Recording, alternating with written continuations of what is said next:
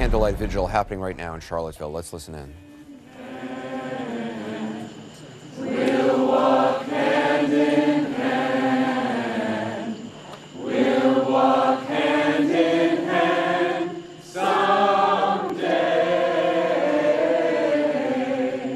Oh, deep in my heart, that I do believe that we shall walk in hand someday.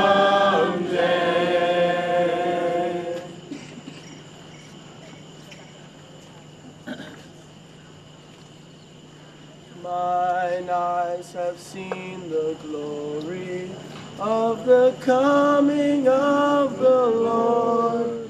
He has trampled out the vintage where the grapes of wrath are stored. He hath loosed the fateful lightning of his terrible swift sword. His truth is marching on. Glory, glory, hallelujah. Glory, glory, hallelujah. Glory, glory, hallelujah. His truth is marching on.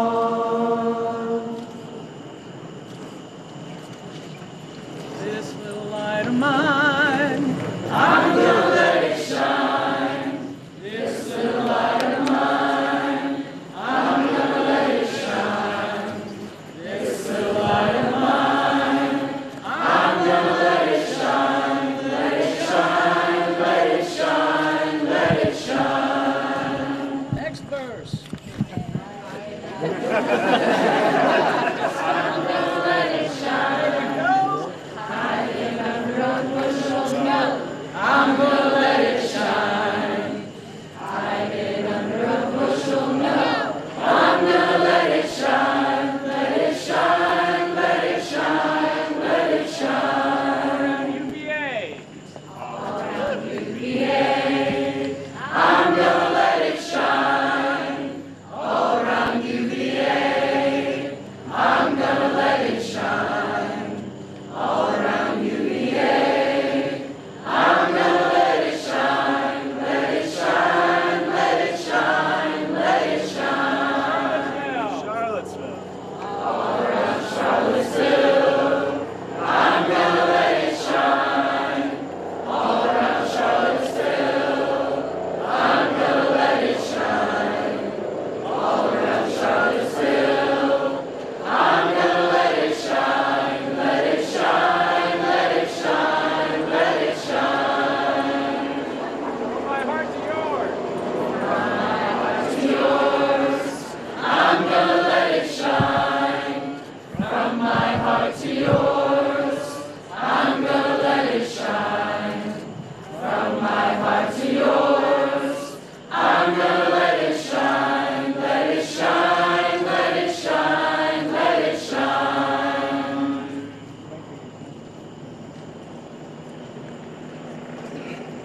This land is your land. This land is my land. From California to the New York Islands. From the redwood forest to the Gulf Stream waters. This land was made for you and me. As I was walking that little highway, I saw above me that endless skyway. I saw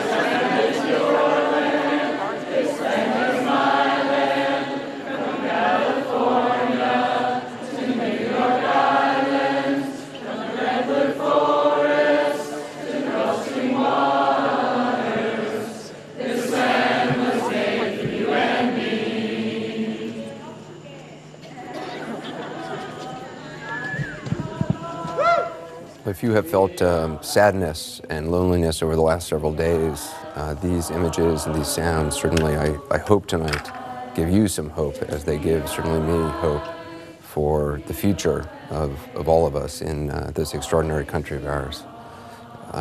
Hundreds, perhaps more than 1,000 or so people gathered in Charlottesville. We're told this rally wasn't announced on social media. It was simply done by word of mouth because of fear of who might show up, what white nationalists or neo-Nazis, people with hate in their hearts might show up. Clearly, tonight there are hundreds, if not, as I said, more than 1,000 or so. It's hard to tell. People there with very little, if any, hate in their hearts. This is a rally to replace love with hate, and they're certainly doing that tonight. Replace hate with love, I should say. It's an extraordinary scene. I mean, it's certainly, given the images we've seen over the last couple of days, it's certainly a sign of hope. To me, this is the real America. Yes. I think these people speak for far more. The people we're talking, these neo-Nazis are a fringe group. They hate, but we far outnumber them. The people who are in that crowd far outnumber. That's why ultimately this is going to come out okay.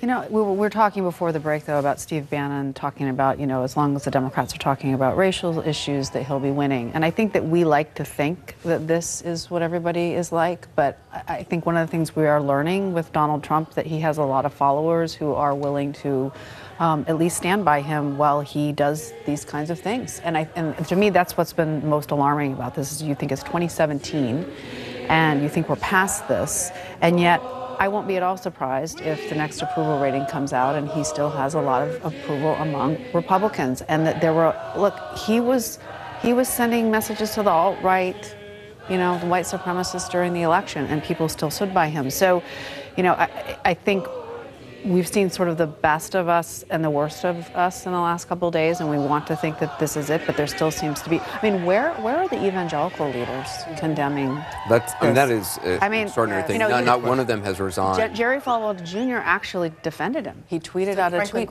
defending him.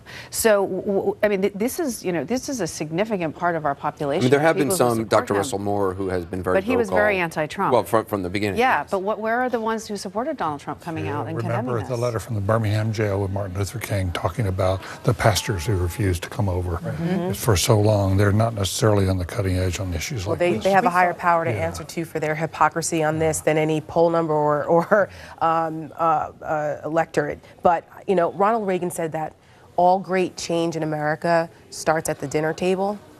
And I think what we're seeing, what he means by that is that we as individuals we are really in control of where our country goes. We elect our leaders, we hold them accountable, we stand up, and when at times like this come together and the best of us comes out.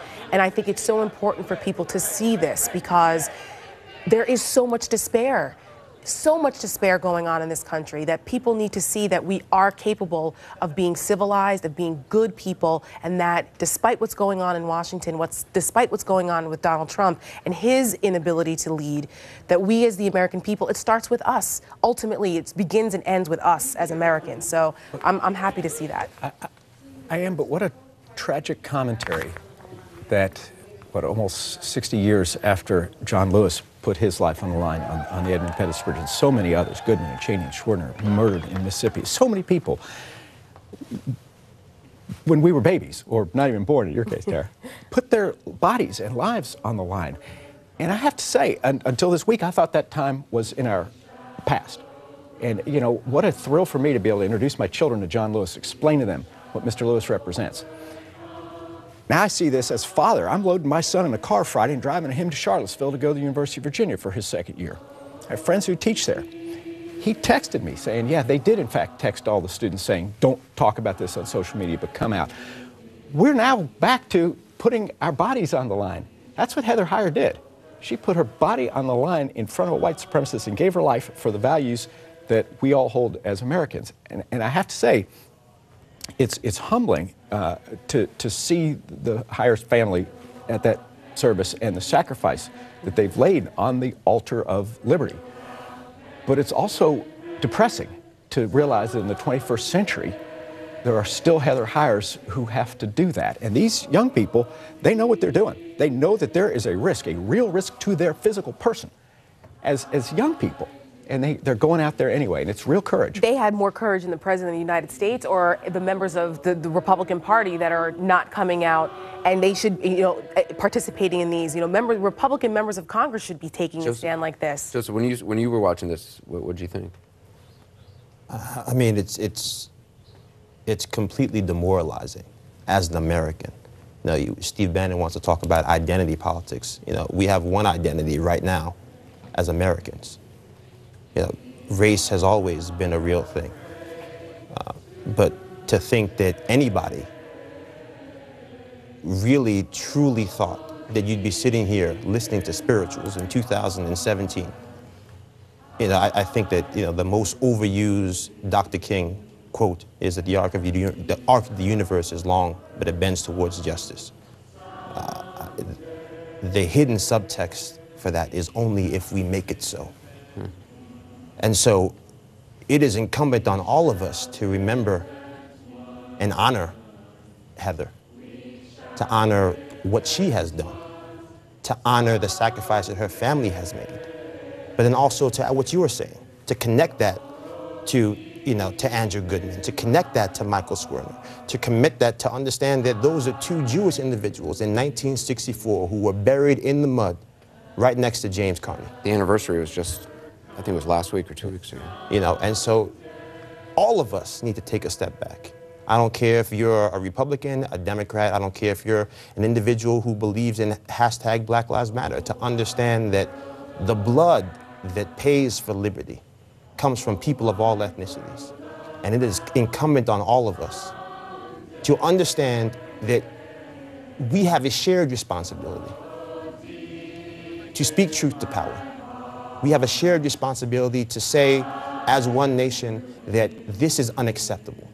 I don't care if I voted for you, I don't care if I didn't vote for you, but we are not going to tolerate people who give aid and comfort to the banality of evil. Let's listen in.